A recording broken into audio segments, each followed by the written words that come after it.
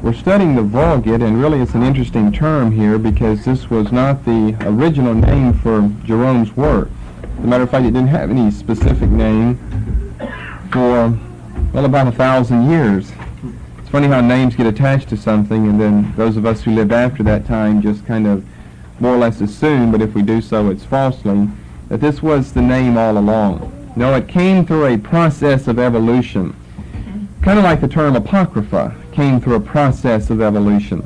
And by the way, remember Jerome was the first one to use that term Apocrypha in reference to the non-canonical status of those books that we now refer to as the Apocrypha, the apocryphal books. It had meant different things earlier, like esoteric, something secret or something hidden, not necessarily non-canonical. Jerome was the first one to use that term in that way. Did he use the term Vulgate? Yes, he, as well as Augustine, used the term Vulgate, but they used it to speak of the Septuagint. Whenever they spoke of the Vulgate, they didn't think of Jerome's work. Jerome didn't think of his own work, but they thought of the Jewish work in Alexandria, the Septuagint or the LXX. This is found in Augustine's writings in Christian Doctrine 1610. Augustine used it just like Jerome did. In Christian Doctrine 1610, Book 16, Section 10. And Jerome used it in his commentary on Isaiah, chapter 65 and verse 20. And they used it other places as well. There are two places, one for each man, Augustine and Jerome. Christian Doctrine 1610, commentaries on Isaiah 65:20, where the term Vulgate, not exactly like that, but essentially like that, Vulgate appears in Jerome's writing and Augustine's writings, but they didn't refer to it by that. We, as far as giving names to, to books, I guess, we're a little more conscious of that today, more name conscious as far as naming books today. Many times something would just be written, if it had a title at all, the title would have about 29 words in it, and we don't have titles like that, generally speaking, anymore today. And if it didn't have 29 words, it may not have had a title to it at all. Why did I pick 29? I just remember that from some book I was studying just this past week. It had 29 words in the title. But it was written back several hundred years ago. And that, again, doesn't fit in the proper amount of space, doesn't fit on the dotted line today. And so we're a little more concerned of giving it a name, but giving it a name that's short enough to fit on that. For them, it was quite a bit different. As a matter of fact, it wasn't until the 13th century that the Vulgate came to mean Jerome's Bible. It wasn't until... Thank you. I don't know if that was something buzzing in my head or some noise out there. I didn't think I'd been tipping any bottles today. Okay, now it sounds better, and I'm still here, so it probably must not have been me then. It wasn't until the 13th century. Did you get all that? I don't need to repeat all of that now, do I? It wasn't until the 13th century that the Vulgate came to mean Jerome's Bible. So see, we're talking about almost 1,000 years. This went with really no name. And it wasn't popularized until the Tridentine Council of the 16th century. It appears, evidently, first of all, in a man's writings in the 1200s, but it doesn't become the popular term until the Council of Trent in the 1500s, 1546. It comes from the word vulgar, V-U-L-G-A-R. And you know what that means today, but it didn't mean that then. Vulgar meant common, that which is common. Vulgar means nasty today, indecent today. Vulgar then just meant what was decent, what was common, what was the regular thing, common. So for a work, for a Bible translation, the meaning would be the translation in common use, hence the name common. Thankfully, there's not as many ins and outs to the term Vulgate or vulgar as there was with Apocrypha, because we spent a whole hour-long message just on the Apocrypha, just on the term Apocrypha. the evolution of its meaning from esoteric to non-canonical to up into the time of the Reformation, where it comes to have nasty, naughty connotations, something bad and evil and something by which one can be deceived. Well, Jerome really, I guess, essentially felt that way, but he really used it to the term apocryphal to refer to something that was non-canonical, of non-canonical status. So the term vulgar means common. That then would mean that the Vulgate was a translation in common use. However, that's quite a misnomer, for it was not in common use in Jerome's day. So here we are back again, and I don't know, it's interesting to me to look at these things, how odd it is certain names can end up attached to something when really it's an improper name. Now, if that's going to be the name of the work beginning, years after Jerome, that's fine, but as far as thinking of it as Jerome's work that was, let's say, completed in the beginning of the 5th century A.D., then to refer to it as Vulgate, the vulgar or the common translation, that translation in common use among the people, just shows that it's quite a misnomer, because it was not in common use during Jerome's day. Why was that? Why not? Why wasn't it in common use? Because of the widespread public reaction against it, which is what we're going to be looking at tonight. The public reaction to the Vulgate was widespread public reaction directed negatively against Jerome and negatively against his work. Now, we're going to keep referring to it as the Vulgate, but just remember, well, I'm getting a little ahead of myself, but let me make 2 points. First of all, it had no name, and secondly, it was not a book like we think of a book. It wasn't gathered together for hundreds of years to become what we think of today as the Vulgate. So there are 2 things, and I'll cover in more detail that second point that I just made here momentarily. Remember, however, the same thing was true with the Septuagint. We talk of the Septuagint as though it was a book, began with a preface, maybe a table of contents, a dedicatory epistle in the beginning of it, then page 1 went all the way through to page 500, and that was the end of it. And then someone sat down and wrote that and bound it up, and there was the book.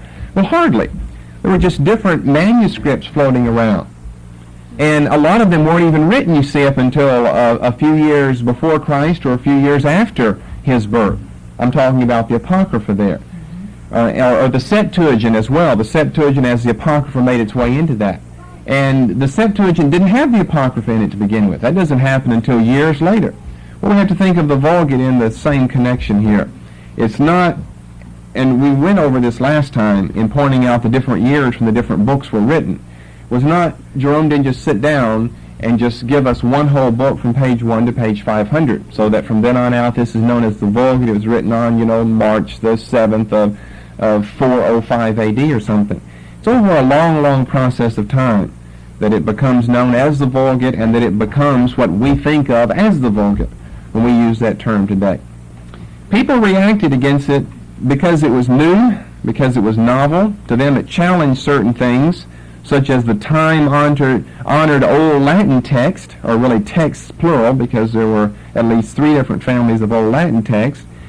And it also challenged, as far as they were concerned, the inspiration, quote-unquote, of the LXX, which was a common misconception of that era.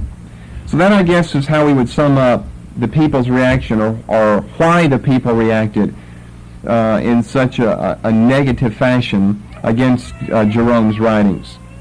Because, in the first place, the time-honored Old Latin texts had been with them for so long. The people that read Latin were accustomed to reading the Latin Bible in the Old Latin form. And although Jerome does nothing but give us now a correction, not a translation, but a correction, it's still in Latin of the Old Latin texts. But as you're accustomed to a John 3:16 or a Genesis 1:1 or John 1:1, it's going to read slightly different as you go from the Old Latin text now to this new Latin text, which is Jerome's Vulgate. So to them, they thought it was a challenge of that. And I guess in one sense that it was. Remember, we don't have the published commission of Damascus asking for this new work to be done by Jerome. But in his brief recension of the 4 Gospels, we do have a preface that's addressed in praise of Damascus, and we quoted that to you before, read that to you before, and we see from that Jerome is not very happy over this work that he's going to have to do. And remember, one of the reasons he said is people are going to call me a heretic. They are accustomed to the old form of the Old Latin Bible. And they're going to know this is something new, it's novel, and for some people in their mind, they equate new and novel with being spurious or erroneous. It has to be as old as, I don't know, Campbell's soup or something. Now, if it's old as Campbell's soup, little Campbell child there, then it's okay. Let's don't change into that. Let's don't change, Betty Crocker's image or something. We know how Betty Crocker looked back in the olden days. She was just a figment of someone's imagination. But now today, she's got to look like a yuppie, She's got to manifest the 1980 characteristics of whatever type of woman she's supposed to be. So a challenge for them, the time-honored old Latin text, and secondly, a challenge for them, a common misconception of that era, that was the inspiration of the Septuagint. I'll read you a quotation that has reference to that here in a moment. It challenged the theory of the Septuagint's inspiration. Now this goes back to the fact that very few of the church fathers, and therefore none of their followers, knew the Hebrew language. Only a handful knew the Hebrew language of the church writers in this period. Therefore, the only Old Testament they know as a basis for whatever their version is, see, we're talking about Latin here, the only Old Testament they know for a basis for their Bible is the Septuagint. It would be the Greek Old Testament. And it was just a common misconception of this era that the LXX was inspired. I think as we go through the study tonight, and it's already manifested itself several times before, if you transpose yourself from then until now and transpose the material, you'll see how the same things crop up all the time. The belief and the inspiration of whatever version someone is using today, that this version is inspired here. And if you bring anything new on the scene, you see, you're challenging the inspiration of the regular, real Bible, which to them was the LXX, which today for people, as you well know, is the KJV or the AV, although that's really a misnomer, the King James Version, not the authorized. It was never technically or legally authorized to be used. But the King James Bible, you challenge that when you bring a new edition of the Bible out, a new translation. And we see these same tendencies cropping up all the time. So I guess that's the primary reason for Jerome being less than totally willing to engage himself in such a work of translation. He knew human nature to be what it was, attached to the, quote, old things. People are attached to the old things. Jesus even said in Luke chapter 5 and verse 39 that whenever someone has tasted the old wine and tastes the new, they'll say, I don't want the new because the old is better. And I guess that's just kind of a concept that's true with human nature. For a certain segment of people, I'm thinking now, I guess it's a certain segment of people, whatever is old is what is true. Anything new and novel somehow has to be spurious. Whenever it finally came about to man's realization and understanding and comprehension that the center of our solar system was not the earth but the sun, why, the church authorities just about threw a party to crucify the ones who came up with those theories. We look back on Galileo now as an important scientist of past history. He was challenged by the Roman Catholic Church as a heretic for some of his views on science and some of his views on astronomy. Well, there again, it's that old concept, and people think just because we're in the 20th century doesn't mean that people still don't have to wrestle with that same thing. The old things are somehow the better. The old things are the better. And so we go back to these old views of inspiration, LXX, old views of the center of our solar system. Well, it was a geocentric universe. The Earth was the center instead of the heliocentric, the sun being the center of our universe or our solar system here. That was a big problem for a lot of people to handle. And whenever they first came up with these ideas of going the speed of sound, we knew what was going to happen. You were going to hit a brick wall in the sky. And we just knew that's what was going to happen. The scientists were convinced of that. Many of them were convinced of that. It was the daring ones, like a Chuck Yeager, It was the daring ones who, well, if we're going to hit a brick wall, I guess it's a good way to go out of this world with a bang, a supersonic bang up in the sky somewhere. Some of them just thought with common sense, I wonder who built that brick wall then. How could there be a brick wall that's invisible up in the sky somewhere? Now to us, when you talk about going to the moon and sending these satellites out in thousands of miles, millions of miles from here, it's nothing. We just think of nothing anymore. But that was this century, not that long ago. to challenge the speed of sound. To challenge the speed of sound was just incredible. These Mach 1 speeds here are just unheard of. People are going to die doing that. There was even a theory that whenever we landed a man on the moon, there were going to be 6 stories of dust accumulated on the moon. Whenever the spaceship touched down, you'd never find it again. It would go down in 6 stories. You know, a 6-story building, that much dust accumulated on the moon. You know, because of this intergalactic relationship it has with outer space there. Well, that makes a lot of sense, I guess. I don't know why there wasn't a lot of dust there. But a lot of people thought, and some of them were scientists, you know, the old is better. Let's just leave the moon alone. It's going to be 6 stories worth of dust on there. And so many things today, people think the same way. There's another train of thought in people who hate anything that even smacks of being old or antiquated. If it's in any way related to your parents or grandparents, then it's certainly got to be outdated by now. Those are 2 extremes to avoid.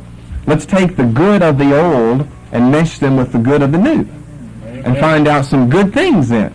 There's some good things in the olden days, and there's some good things today. You can't just be a hyper old or a hyper new person.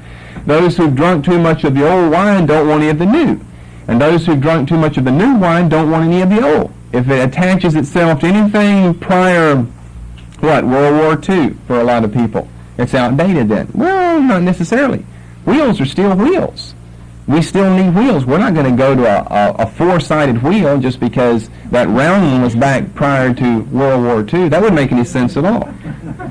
We want to keep what's good in the old and combine it with what's good in the new, and hopefully we'll come up with something. So he was having this problem now 1,600 years ago. People attached to the old. Jerome, Hieronymus, gives us the new. He's not totally 100% in approval of even what he himself gave to us in the new. He thought some of the things in the old were better. He thought in some regards, the people thought that he went too far. In many regards, he thought he didn't go far enough. He stayed with too much of the old, and he should have given us more of the new. Well, be that as it may, that gave us a running controversy between Jerome and most of the people. Now, I mean most of the people around in his day. And it included people like Augustine to begin with. Augustine sooner or later changes his mind and acquiesces to Jerome's position, but it's just a running feud that Jerome enters with the population of the world in general then. One scholar wrote that Jerome's, and I quote, fiery temper and his biting tongue were not calculated to conciliate. I guess that's true. We've talked about his personality before. He liked to enter those discursive debates and arguments, sometimes too often in a very unchristian fashion. He would use the prefaces to many of his books to lash out against his opponents, referring to them by such names as yelping dogs and 2-legged asses. All of the latter of those is really found, that little nicety is found in a letter to his friend. But people criticized him, you see, for giving us this new work here. And he said, those are yelping dogs and 2-legged asses out there. I'm the scholar. I should know what I'm doing here. These people are not trained. They don't know anything, but yet it's time-honored. Anything that's old is time-honored. If it has time behind it, it's time-honored then. It's antiquated. Veneration is attached to it because of its antiquity. And so Jerome has a running feud, not only with them, but with other scholars of his day who were, not as liberally minded as he was. And it wasn't that he was so liberally minded, he just got the truth that you have to go back to Hebrew to have a reliable Old Testament. And even in doing that, he didn't really want to go through with the translation. As I've said, he was really less than totally willing to engage himself in that work of translation, and that manifested itself in his preface to the 4 Gospels and his dedication of that to Bishop Damascus in Rome. I don't want to have to do this. People are going to think, you see, today it's the end thing to give us a Bible translation.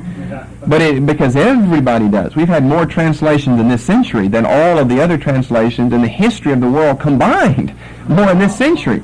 So it's just the end thing to do is, if you know something about Greek, sit down and give us a translation. But at one time, you did. You literally took your life in your own hands. You really took your life out of your hands and put it in someone else's hands to give the world a translation of the Bible. For some of the early stars in the Reformation, some of the people who really came actually prior to the Reformation proper, it did literally cost them their life to give us nothing but a simple translation of the Bible. Jerome, it didn't cost him his life. He dies of ripe old age, an old man in 420 A.D. But right after his work began to come out, and it came out over a process and period of time, it cost him much turmoil and anguish, and cost him many friends. And I don't think he helped in losing some of his friends, calling them yelping dogs and two-legged asses. What he said about the people, here again I quote, he said that the people think that ignorance is equivalent to holiness. Well, that's kind of, that's a good scholarly opinion there of a lot of people. People think that ignorance is equivalent to holiness. I just came across something else, as a matter of fact, just today, that ties in with that. I thought I'd bring along and share with you. You could preach a whole message on that. You know how the charismatic movement is out there. They equate ignorance with holiness. You know, the less you know, the less educated you are, somehow the better God's Spirit can work through you. The more education, the more you know, somehow that inhibits and prohibits the work of the supernatural and the work of God's Spirit through you. Well, that's another problem that the church has had. Another, serious problem. You could just develop that, and one day we will. You could develop that in message after message of what is the biblical balance there. Listen to this. This is very interesting. This was an article in Christianity Today. It's old. It came out in 1981, 5 years ago, by John Stott, who was making reference to Richard Hofstadter's book, published in 1962, entitled Anti-Intellectualism in American Life. And what Hofstadter does in this book, Anti-Intellectualism in American Life, is he traces the historical decline from the Puritan vision of the learned minister, now this is back 1600s, to the 19th and 20th century revivalist preacher who despises theology. Now, let me read that again. That makes a lot of sense, and Jerome is making the exact same point there. At one time, to have a minister learned was something to be proud of. That was the thing to have. For the Puritans, you wanted your minister to be learned, as they said. He said it's been a historical decline from the 1600s to the mid-1800s, and for us, right up into the 1900s. From the Puritan vision of the learned minister to the revivalist preacher who despises theology. He says that already by 1853, there was a widespread belief that an intellectual clergyman is deficient in piety, and that an eminently pious minister is deficient in intellect. You see, we were just talking about this the other night, where I said that if you're a statistician, if you know anything about statistics or facts or numbers or dates or people or something, people somehow don't seem to realize how that meshes or relates or can correlate at all to personal holiness and piety, or to really speak in evangelical terms today, for a person, minister, or just a regular Christian to really be able to have a daily, personal, lively walk with Jesus Christ and know some statistics and know some dates at the same time. That has been a running feud, you see, in American church history for over 100 years now. And you get these two extremes. The overboard education, where it's great to know all this, but if you're not living it in your own life, you just soon never have learned it then. It won't do you any good, and certainly you'll never be able to communicate it or minister it to anyone else if you're not experiencing those things in your own life. But then there's the other extreme of the no-good dumbbell who's pious, who prays all the time, but who knows nothing, though. Well, it's good to pray all the time.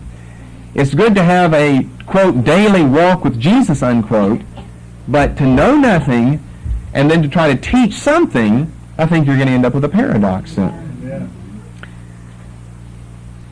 He said that an intellectual clergyman is deficient in piety, and you can make the same comparison for just a regular Christian as well. The intellectual Christian would have to be deficient in piety. This was the widespread belief. He said that it was there by the middle of the 1800s. And it's so strong today. It is so strong today. It's so extremely strong in the charismatic movement. And you see the dialectical nature of it all, where so many of the charismatics are so opposed to education, so opposed to any learning, so opposed to anything formal, until it looks good to have doctor on the front of their name on their newsletter. Amen. And then they'll go for that, you see. Yeah. You know, we've talked about that little thing before. Amen. in charismatic studies around here. And it's because people are having a hard time balancing. They're juggling the two. That's what they're doing. They really don't know what their beliefs are in that area. And they're juggling because they think there's an antithesis. There is a negative relationship between piety and intellectualism. And we say intellectualism, we don't mean intellectualism just for the sake of intellectualism. But maybe your intellectualism can help your piety. Maybe your piety can help your intellectualism. That's what we're talking about. That's what Jerome found. There's a relationship between the two. He said the masses out there equate holiness with ignorance. Equate ignorance with holiness. But if you can boast in your minister, he doesn't know anything. He ain't got no schooling at all. He ain't got no schooling at all. But boy, can he work miracles up. And that's something to brag in. Or someone else, you tell about all the degrees your pastor has, but does he have any personal holiness to him at all? I mean, it's just like a robot. You could program a robot to spew all those statistics out. You have nothing working in your own life, though. Well, I guess we're back to the problem of the old and new. It's not one or the other. It's both of them. Amen. There's a relationship between them. One is to help the other. One is to spill over into that other aspect of one's life. I'd really hate to be pious without being smart. I'd hate to be smart without being pious. I'd kind of like to have at least a chunk of the rock of both of them. If you can't have it all, I'd like to have at least a chunk of both of those rocks there. Amen. And make some of that smartness or intellectualism, as they say. That's kind of a... Well, we shouldn't have to apologize for that term, but you do today because it's such a negative term in Christian circles, and I guess particularly in charismatic circles. Well, we've had our run-ins with that, have we not? We've had our run-ins here in our own church and our own thinkings here. We've had our run-ins with other Christian charismatic groups out there. This great lack of relationship between intellectualism and piety. Well, anyway, I thought that was interesting. It just kind of fit in precisely with what Jerome had to say, that people equate ignorance with holiness. I don't know, maybe I thought that way at one time. So I'm not just criticizing that as such. I'm just saying let's don't think that way. If that's not the right way to think, let's don't think that way. And then if you want to know, well, now how do you relate that to 1 Corinthians 1? Well, he does say there not many are called that are this. So that does include a few. And he said not many are called like this. That doesn't mean that after your call you can't grow after your calling, though. That's right. Amen. I think his point there is so real. You just don't have athletes, politicians, movie stars saved. You just don't have nuclear physicists saved. You just don't have those type of people, generally speaking, saved. Not many of those are. But 1 Corinthians 1 says nothing about the fact after you get saved, maybe you want to become a nuclear physicist then. Maybe you have the ability, maybe God gives you the ability just through your Christian experience now to go on and become something like that. Now, he doesn't give you the ability to go on and become a starlet in Hollywood or something, but it says not many are called being in that state. I just think that's an obvious reference to the facts of reality there. Not many people are called who are in that state. It's another thing to be called and then grow into a state of being mighty or wise or rich or intelligent or whatever. So anyway, I don't think that there's the question of how do we tie that into 1 Corinthians 1 of the not many wise noble passage. I don't think you tie it in at all because we're talking about two different things. We're talking about whether someone is called in that state or someone is called not in that state, but they grow into that state later. And of course, we're not pro-intellectualism or pro-piety to the exclusion of the other. I think there is a balance there. We've talked before again about theological pastors and pastoral theologians. Again, I think that although an emphasis might be different in different people, one's a theological pastor, the other's a pastoral theologian. Still, both terms are found there, though. And that is supposed to represent the practical versus the theoretical aspects of Christianity and theology and Bible study. And again, I don't think there's antithesis between the two, between the practical and the theoretical. Theoretical is no good if it won't work itself out practically. And if it's going to work itself out practically, there's a theory behind it or it wouldn't work. All things that work out have a theory behind them. All of the formulas, all of the answers you can come up with in the study of mathematics, you come up with those because you worked on some theory. You had some theory, you had some basis behind that gave you the basis for working that out. So again, it's hand in hand, whether it's old and new, whether it's theoretical or practical, whether it's pastor or theologian, whether it's intellectualism or piety, whether it's the smarts or the holiness that we're after, I think there's a relationship between all of that. And anyway, the day and age in which we live is I'm getting off the subject, but we were discussing this, another brother and myself, here just a few days ago. The day and age in which we live has become so complicated that it's no thankworthy or praiseworthy thing to be an ignoramus today and try to know something about Scripture or theology. For instance, I was mentioning to him, how are we going to deal with things like biomedical ethics today? Now, there was one time where that was not even a subject that needed to be discussed. Biomedical ethics. What about genetic engineering today? What about artificial insemination? You know what artificial insemination is? Is that adultery? You see, we're dealing with things today that never were dealt with in times past. Artificial insemination, is that adultery? I mean, no act is committed. Whew. See, we have difficult things to deal with. That's why I'm saying it's no plus on your ledger to be an ignorant pastor today.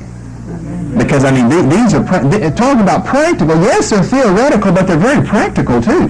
These are practical concerns here. What about euthanasia? You see, we didn't have to be concerned about that until the great modern times of the advancement of medical technology. You can keep a person alive when they have no heart, no brain, no stomach, no legs. There's nothing there. You can keep them alive anyway. What does the Bible say about that? Can you unplug the machine? Is that murder? Did you kill the person then? Or were they dead already? You know, these difficult questions. Acid rain. Acid rain? Acid rain. We know about good old Noah's rain. What about acid rain, though? Now, we have to deal with acid rain today. And the only reason you think of that is because you think of other things like atomic explosion. You think of that, and then you go into all of these biomedical ethics as well as these nuclear warfare ethics, and, well, I don't think that ignorance is to be equated with holiness. I think you ought to be holy, but you shouldn't be ignorant, though. The Bible puts no premium on ignorance at all. Well, anyway, we're saying that's why Jerome had a problem. Jerome was a scholar. Jerome was, in the eyes of the people, the liberal who was willing to go a little further and try something here, and he knew that the people being attached to the old, they drunk the old wine, they'll say the old is better when they tasted the new, are going to violently react then against him and against his new translation. But there's no doubt about the fact that Jerome's Vulgate was superior to the conflicting maze of the old Latin texts. And gradually this came to be recognized in the Church's history. As a matter of fact, and this is a little surprising I say in view of all the comments I've just made about the negative public reaction to Jerome's work, by his death in 420 AD, some people were already using some of his work. They already, within this short period of time, recognized the superiority of Jerome's work over the conflicting maze of the old Latin texts. Jerome was a good example. But Jerome used only the Gospels. That is, as far as we know, Jerome only made use of the Gospels. Now, this wasn't Jerome's original position. Here I'm quoting something that the historian Schaff wrote, where he said, Augustine feared, listen to this, from the displacement of the Septuagint. Why? They believed in its inspiration, remember, which he regarded as apostolically sanctioned and as inspired, a division between the Greek and Latin church. Augustine feared a division, because of his belief of the inspiration of the Septuagint, between the Greek and Latin church, but yielded afterwards, in part at least, to the correct view of Jerome, and rectified in his retractions several false translations in his former works. He goes on to say, then Westcott, in a scholarly article on the Vulgate, makes the remark, there are few more touching instances of humility than that of the young Augustine bending himself in entire submission before the contemptuous and impatient reproof of the veteran scholar, which of course he means Jerome there. He said there's few more touching instances of humility in church writings than whenever Augustine finally submits himself to Jerome by admitting to himself that Jerome's view of the Hebrew Old Testament as being more reliable than the Septuagint was correct. You know, you've probably heard of this little saying that many times is said today, well, the King James was good enough for Paul, it's good enough for me. Well, I clipped this cartoon out because it applies directly to the Vulgate, and again it shows people's attachment to the old. Thankfully, Augustine was smart enough to disassociate himself from that wrong attachment. But here on the right is a figure dressed in pilgrim shoes, pilgrim pants, with a pilgrim hat. And here on the left is a king sitting on a throne with a beard, with a crown. The little caption reads, "Tell me again why I, King James," he's the king, "should sponsor a new Bible translation. If the Latin Vulgate was good enough for St. Paul, it's good enough for me."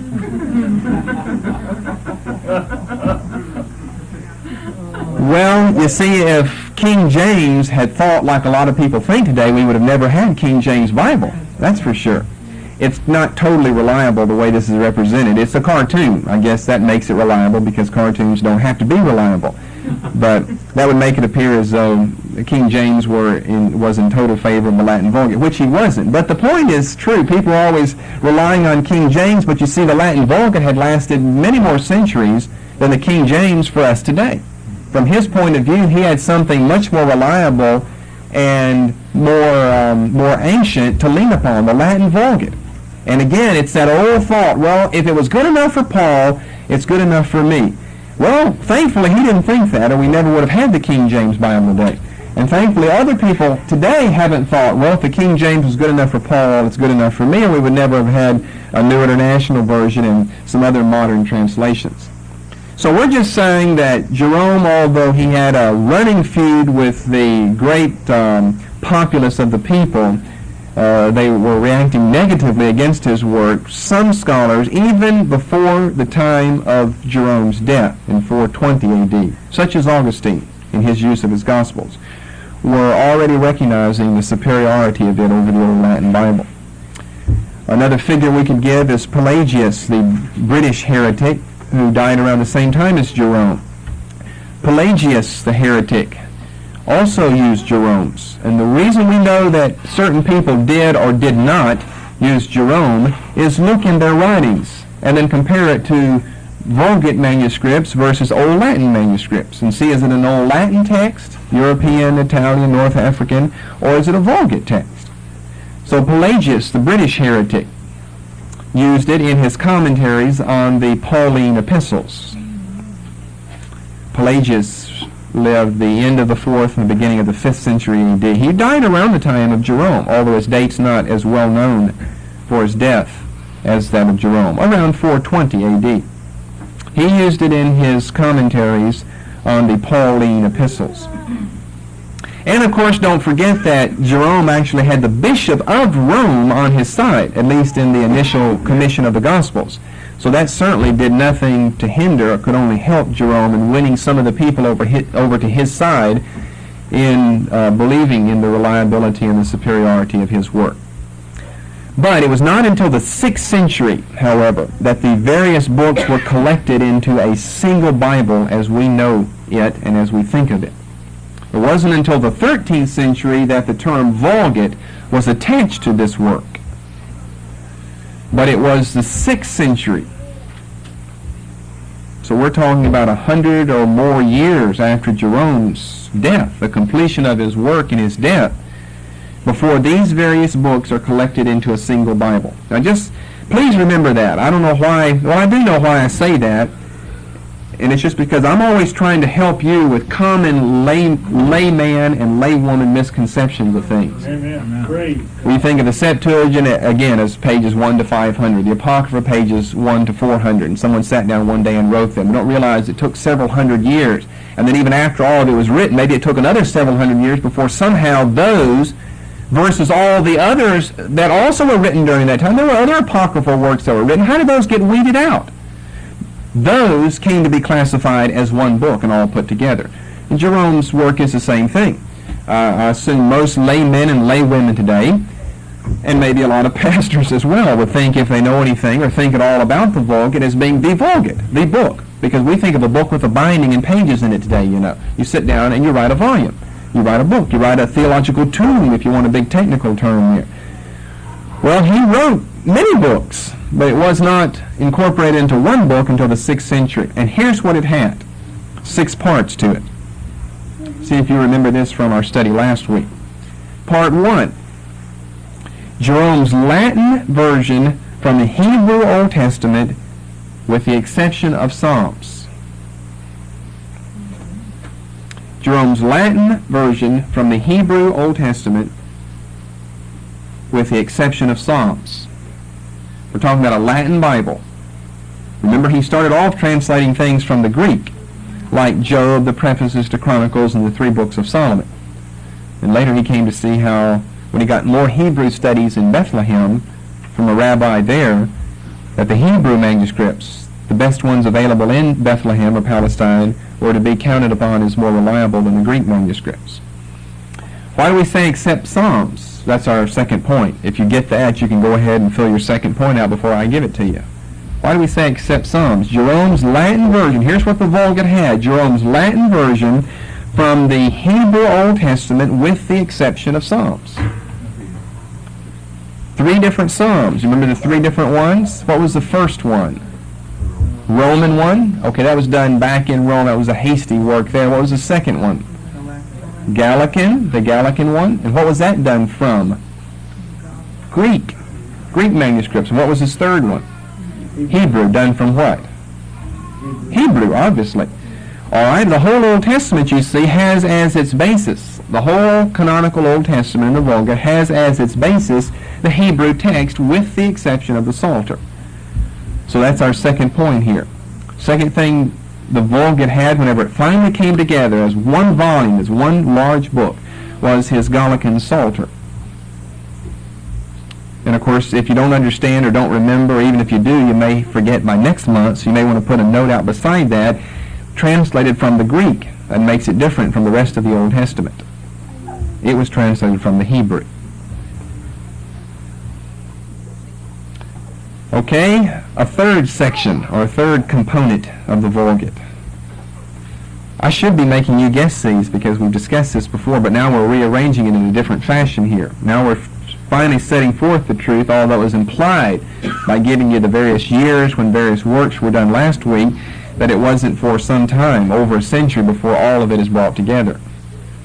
Well, that gives us the canonical Old Testament, all of it in Hebrew except the Psalter. He did give us a Hebrew Psalter later, but it never was able to supplant or to replace the Gallican Psalter, which was never able to supplant Roman Psalter in St. Mark's in Milan and St. Peter's in Rome. Third component, I'll give it to you then if you can't guess it, a hasty translation of Judith, Tobit, and the additions to Esther and Daniel.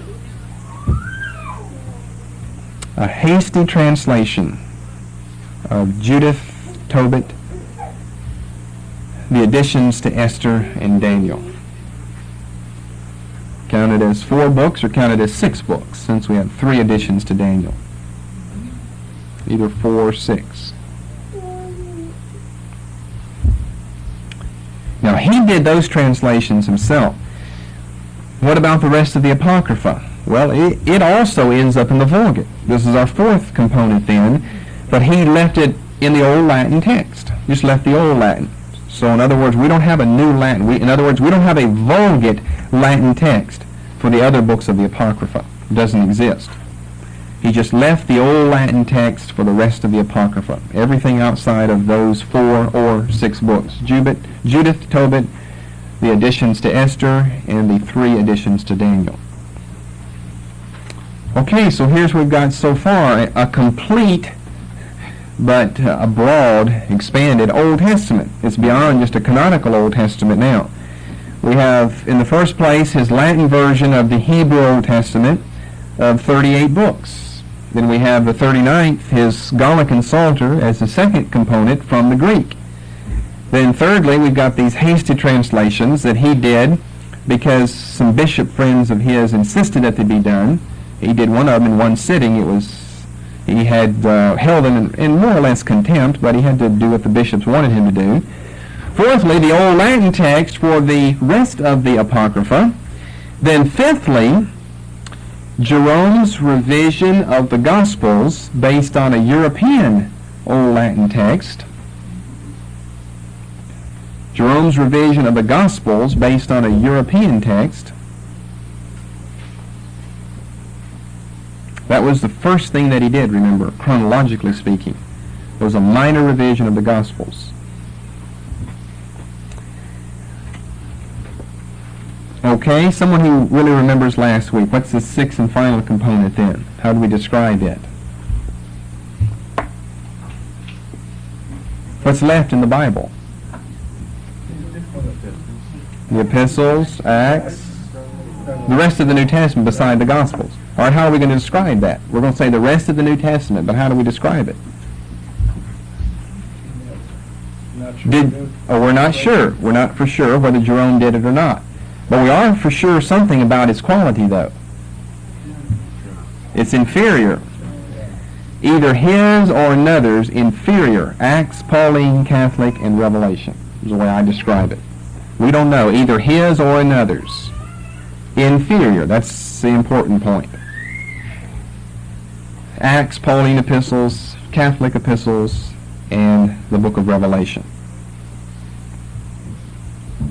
Okay, another test question just before we move beyond this. What's more important in the Vulgate, the Old Testament or the New? Old. Why would you say that? All from Hebrew. Okay, done from Hebrew, but weren't the Gospels done from Greek?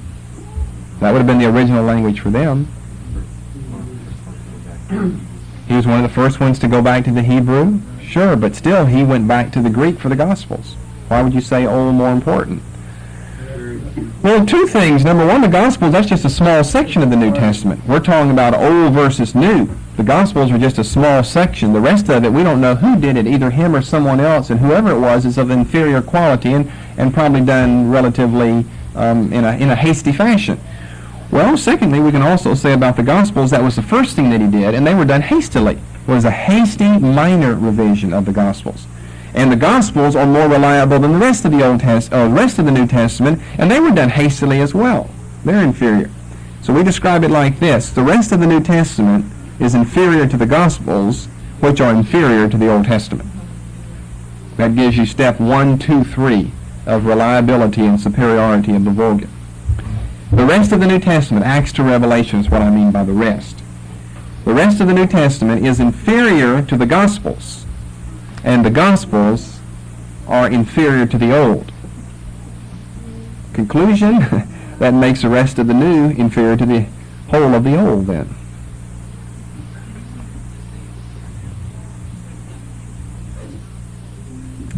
Okay, I think we've probably, most of us anyway, if you're paying attention, we've understand this fairly well then. Yeah, great. We know some things about Jerome and some things about the Vulgate then. So we're saying 6th century is when the various books finally come together as what we think of as the Vulgate, but it doesn't get that name for another 7 centuries up. Slowly the old Latin Bible's pushed out of the way. The pushing out of the way as far as its use, its regular use, becomes final by the 9th century. Now look how long that took. They were started in the 2nd century.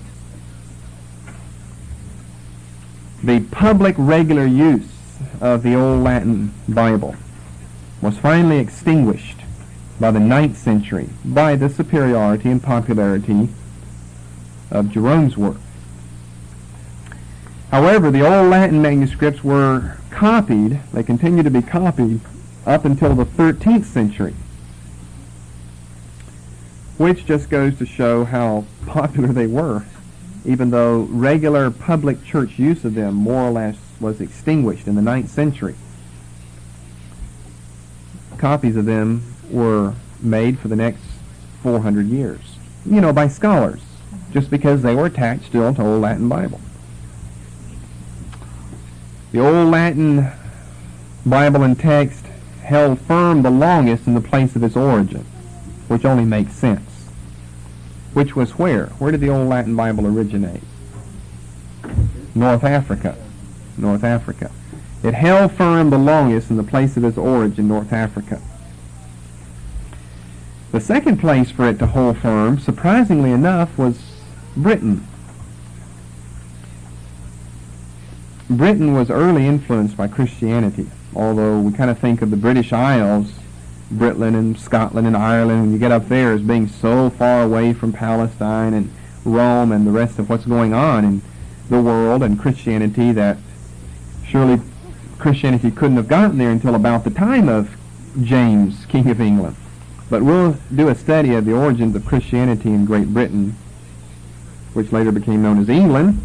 I guess today it's still referred to as Britain, but it was known as Britain and became known as England whenever we study English Bible translations.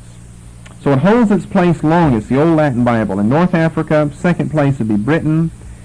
France was quickly won to the Vulgate. For some reason, France was won over very, very quickly to the Vulgate. By the 13th century then, giving you these various times, summing them up in a different way, by the 13th century, the Old Latin ceases even to be copied, and the Vulgate picks up that name, the Vulgate. But that name is not popularized until the Council of Trent in the 16th century, and it's also with and as a result of the Council of Trent in the 16th century that the Vulgate becomes the Bible of Roman Catholicism. RCC, the Roman Catholic Church. Always abbreviate Roman Catholicism, RC. Sometimes I even speak of it because that's a big thing to say, Roman Catholicism.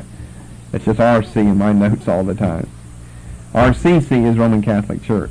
The RCs are the Roman Catholics. The Ps are the Protestants. So it doesn't become the Bible of the RCs until the Council of Trent in 1546. Okay, and what then I want to close with tonight are a few statements about the Vulgate's importance. And then that will get us into, for the next few weeks, we'll be studying various manuscripts of the Vulgate. Again, even though now we know a thing or two about when it became one book and so forth, again, there are many different copies. We don't have any printing press. You see, all these hundreds and hundreds of years, no printing press. We have many, many different copies that fit into certain strains, just like the Old Latin text. Maybe some from this area fit in a certain family because it came from a certain mother or father manuscript, and many copies were made from it. Therefore, the variants in that one, there are always going to be variants, you see, even after the printing press, but particularly prior to that, variants in that parent manuscript are going to be found in all the other manuscripts that are copied from that. And so we've got to look at the different manuscripts, and so we talk about, all right, the Vulgate. Now, we have an English. You can find an English translation of the Latin Vulgate today. Well, which manuscript is it based upon, though? You see, just because we say we have a Bible based on the Greek manuscripts, we're concerned about which manuscripts? The Byzantine ones? The Alexandrian ones? The Western ones? We're concerned about which manuscripts. So what if it's Greek? Who cares whether it's Greek? Who cares whether your Bible now, your English version of the Vulgate is based upon the Latin Vulgate? Which Vulgate? Which Latin Vulgate? So we'll be into that in the next 2 weeks, the various manuscripts and the manuscript families, the textual families of the Vulgate, and find out which ones are the reliable ones, and from which ones we derive our current vernacular translations of the Vulgate, such as translations into English. But to conclude tonight, some statements of the Vulgate's importance. Number one, it was the greatest work from the greatest scholar of early Western Christianity, which makes it important to study just for that point. If for no other reason, it's important because it's recognized to be the greatest work from the greatest scholar of early Western Christianity. We say Western so we don't have to discuss origin again. That just leaves us with Jerome and Augustine, and we know who's the greatest there. And anyway, also, I don't know if I've said this, probably I have, but I don't remember, that Jerome's a biblical scholar and Augustine's a theological scholar. Yeah. And there's a big difference between the two. If you're a biblical scholar, you obviously know something about theology. If you know anything about theology, you also have to be biblically based. You have to know something about the languages. But Jerome was the one who knew the languages. That's what we mean by a biblical scholar. And Augustine was the one who could put all the philosophical notions of theology together. He was much more theologically minded. His theologizing of things sometimes is much more reliable and is longer lasting than the theologizing work of Jerome. But Jerome's Bible has lasted, though. Secondly, its dominance over all other translations, over Europe, and over all of Western civilization, continued for well over 1,000 years. So we're giving you in capsule form what you could and you do have in seminary as a full-length, year-long class, just over this aspect right here. In other words, then you would search out. Remember how we searched out the influences of the Apocrypha in music, in writings, in poetry, in drama? When we searched all of that stuff out, you could really search out a lot about the Vulgate. Its dominance over all other translations, over Europe, and over all Western civilization continued for well over 1,000 years. Will probably never be rivaled even by the KJV, which dominated English versions and the English Western world for only 350 years, only a third of the time of the Vulgate. Thirdly, it's the most frequently copied book of all ancient literature. It is the most frequently copied book of all ancient literature. Because remember, all of that was done by hand back then. So what if you have a bestseller today and it sells 3 or 4 or 5 or 10 million copies, paperback or hardback, 2 million hardbacks and 5 million paperbacks? That's all run off on a printing press there. That doesn't say as much as what can be said about the Vulgate. We've got 5,000 Greek manuscripts for the New. How many Vulgate manuscripts? Over 10,000. It's the most frequently copied book of all ancient literature. Fourth point of its importance, it gave us so much of our theological terminology. From Latin legal words and some Latin transliterations of ancient Greek terms that now are just regular terms in Protestant and Roman Catholic theology. It gave us so much of our theological terminology.